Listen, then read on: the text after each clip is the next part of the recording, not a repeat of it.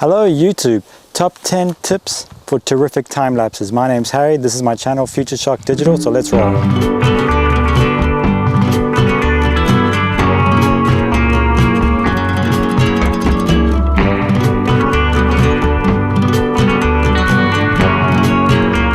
So why do I like time lapses? Time lapses add a production quality which is incredible. It really pushes up the value of a production. It does a great job of showing what the subject matter is of a particular place. If you're doing a documentary, you're telling a story about a particular place and you have B-roll footage of people just walking by, those people become the subject. And they might be random people, they might not be people that you really need to focus on. Whereas with a time-lapse video, you can show that particular place. It also shows the insignificance of our lives. And the grandeur of nature. So firstly, time lapses, you need an ND filter. You need a 9-stop ND filter. You need an ND filter that will let you close the aperture, keep the ISO at a minimum, and get long shutter speeds. There really is no way around this.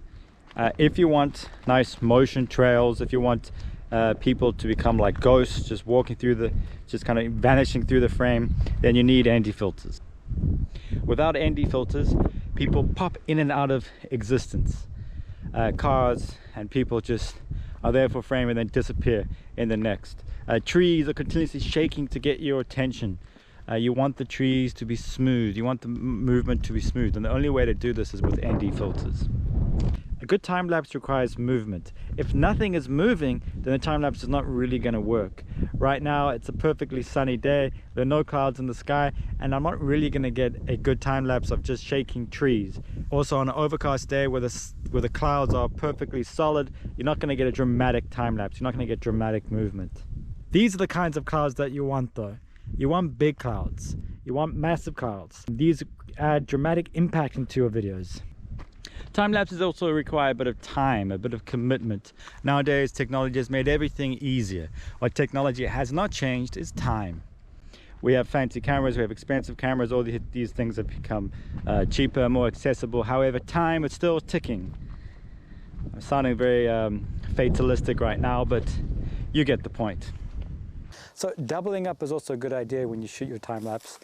You have one camera set up. You might find that when you're shooting a sunrise, it might be a good idea to get the sun coming up, but at the same time, you might also want to show the other side of the story with the sun affecting the background. So in that way, you can show two time lapses. Now, because it takes so much energy to set up a camera to go there to wait 20 minutes, it's a good idea, it can be a good idea to double up. And you can double up in very basic ways, say with just a GoPro. Set your camera up and then set your GoPro up if you have both, or set an iPhone up. Bring snacks, get comfy. The longer you sit, the better. If you're a little bit too keen, you might end up with a 5-second time lapse, which might be a bit difficult in the editing stage to see how it fits in. So these days, the time-lapse function is built into most cameras. However, if you're shooting with an older camera, you might have a bit of a problem shooting time lapses. So what you can do, you can get an intervalometer, which is a device that connects into the side of the camera, and it will trigger the camera to shoot a series of images. If, however, you're shooting with an older SLR, say a Canon, you can get some software that will add the intervalometer function in it. That software is called Magic Lantern, and it's a firmware hack. You can download it, transfer it to SD card, and then install it on your camera. Magic Lantern also has heaps of other functions, so keep that in mind as well. Shoot photos, not just videos. Your camera might be able to do a time-lapse function in video in camera. However, if you can shoot a series of images as well, that's better, because you can take those images and you can print them, you can do what you want with them. Take, for example, this image on my wall. Here we have a photo that I took as a time-lapse, and I liked it so much, I ended up printing it. So that can be something you can use.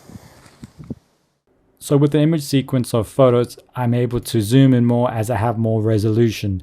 Whereas if you take a look at just the 1920 by 1080 video file, it really is underwhelming in this 4K sequence. When you're shooting in RAW, you also have the ability to boost up the shadows. For example, this time lapse is severely underexposed, but by editing the raw files, I'm able to boost it up so I actually see what's happening. This time lapse here, I'm able to bring down the highlights in order to see the clouds move, where I wouldn't be able to see that just in the video file. Moving time lapses. I've got here the Zhiyun crane.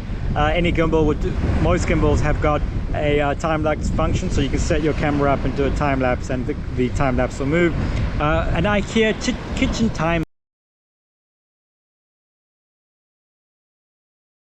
Pro tip: if you are in a sensitive environment, say in an airport, and you don't want to carry a big tripod with you, bring a little handheld mini tripod.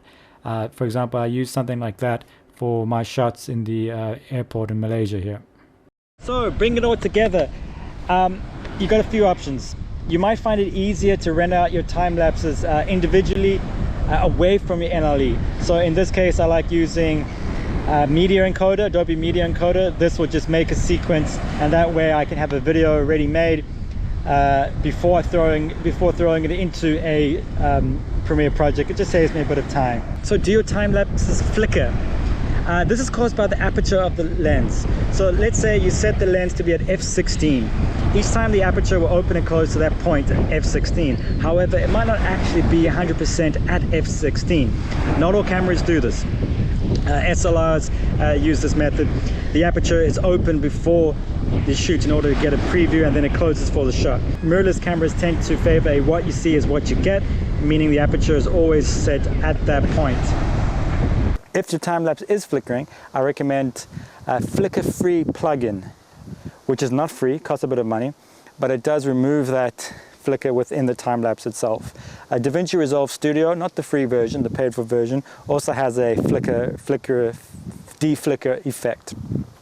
To avoid this entirely, manual lenses, you can set the aperture and just set and forget, or you can use the lens twist method, which, depending on the size of the contacts on the system, on the mount, may or may not work. Hopefully this video showed you how to get great time lapses, and I'll see you in the next one. Bye bye.